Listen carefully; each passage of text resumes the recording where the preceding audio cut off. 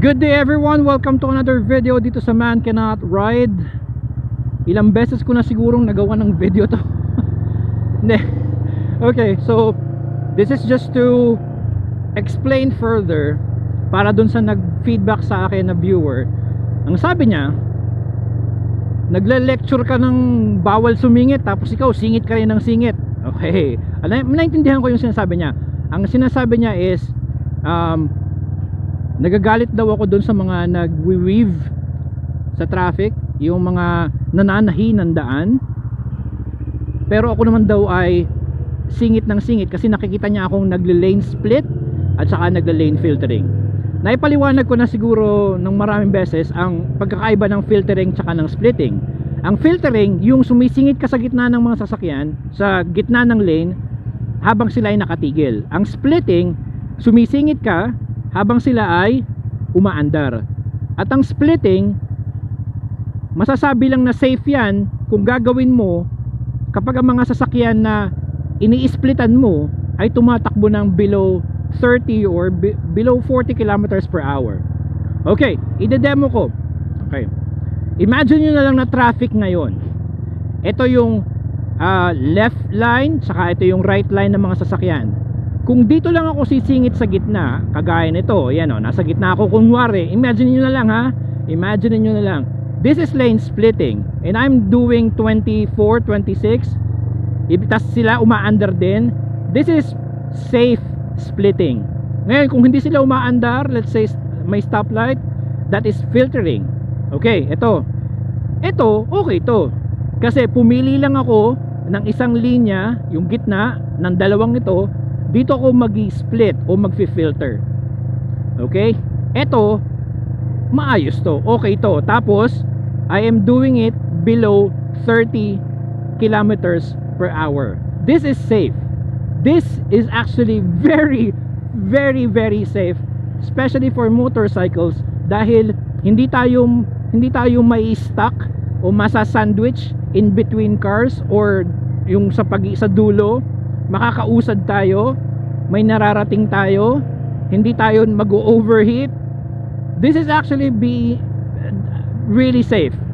Ito yung sinasabi ko na when done properly, kapag ginawa ng maayos, walang problema. This is, again, imagine niyo ha, puro sasakyan tong nasa kaliwat kanan ko. This is safe splitting or filtering. Ito yung safe na singit. Kasi I'm doing it properly. Kasi pumili lang ako ng isang linya, tapos I am doing it below below 30 kph. Pwede natin gawing 35, sige, kaunti, 35, pero ang pinakasagad na talaga is yung 40 kph. Na above 40 kph, delikado na yon kasi mabilis na yon eh. Okay? Now, ano yung pangit? Wait lang, kailangan ko pumunta sa isang safe na lugar. Ang pangit na singit, yung napapansin ko nga sa mga, pasensya na ha, pero ito lang naman na napapansin ko, scooter riders and underbone riders, o yung mga small displacement motorcycles, yung mga maliliit na motor. Okay? Ang napapansin ko, hindi naman talaga sila nag-filter, hindi rin talaga sila nag-split. Sila ay nananahi ng daan. Ito yun o, ganito, punta tayo dito, pasok tayo sa loob, nananahi ng daan. Okay, imagine niyo traffic to ha, imagine traffic to, uy, may bara dito, uy, lipat ako dito, singit ako dito, ay, may sasakyan dito, uy, dito, lipat ako dito, singit ako dito, uy, ay ganyan, naku, may bara dito, uy, teka, wait lang, may kasunod tayo, wait lang, baka sabihin kung anong ginagawa ko. Eto, yan, nandito ako, sumisingit ako dito, di ba? Yan, tapos nakita ko, naku, may bara. Teka, dito tayo, ikot tayo dito. Tapos, uy, dito naman tayo. Tapos, uy, ikot tayo dito. Nandito yung ano, uy, may spasyo dito. Eto, ganyan yung singit na nakakayamot. Yan yung singit na maasim pa sa maasim. Yan yung singit na kinaiinisan sa ating mga nagmumotor. Nananahi tayo ng daan. Ngayon, i-compound mo pa yan, pag yan ginawa mo ng mabilis, eh talagang reckless na yun. So dun sa nag-feedback sa akin, oo, hindi ako nagle-lecture, okay? Hindi ako nagle-lecture, hindi ako tuturo.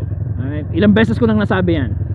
I'm just sharing what I know, what I learned from motorcycle experts. Hindi ko na ikakaila yun. Ang mga nakausap ko talaga, mga motorcycle instructors. At nag-enroll ako sa course.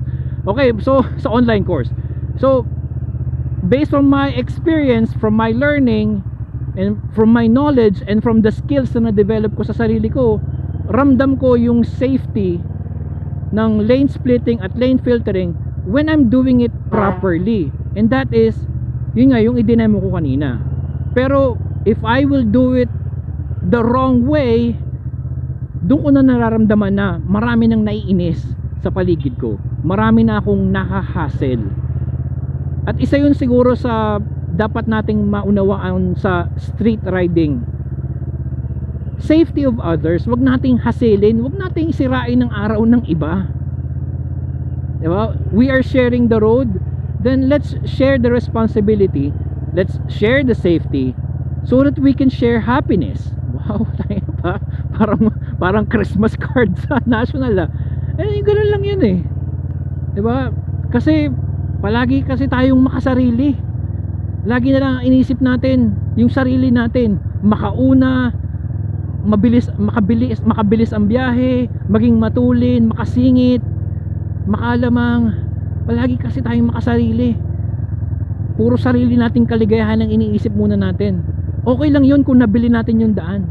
Okay lang nun. Okay lang yun kung sa atin yung daan. At yung mga motorista ay nakikidaan lang sa daan natin. Pero tayo ay nasa public roads. Safety of others. Imagine niyo kung iniisip ko ang safety ng iba at siya naman iniisip niya ang safety ko. Safe na safe yun. Anyway, para na ako silang plaka. Anyway, thank you for the feedback. Doon sa nag-feedback, I really appreciate that. Nag-e-enjoy ako sa mga feedback na yun kasi nabibigyan ako ng pagkakataon na makagawa ng iba pang videos. And I hope na linawan sa inyo na okay lang na sumingit. Yan o, mga scooter riders, underbone riders, okay lang sumingit. Basta, let's do it properly. Let's do it properly.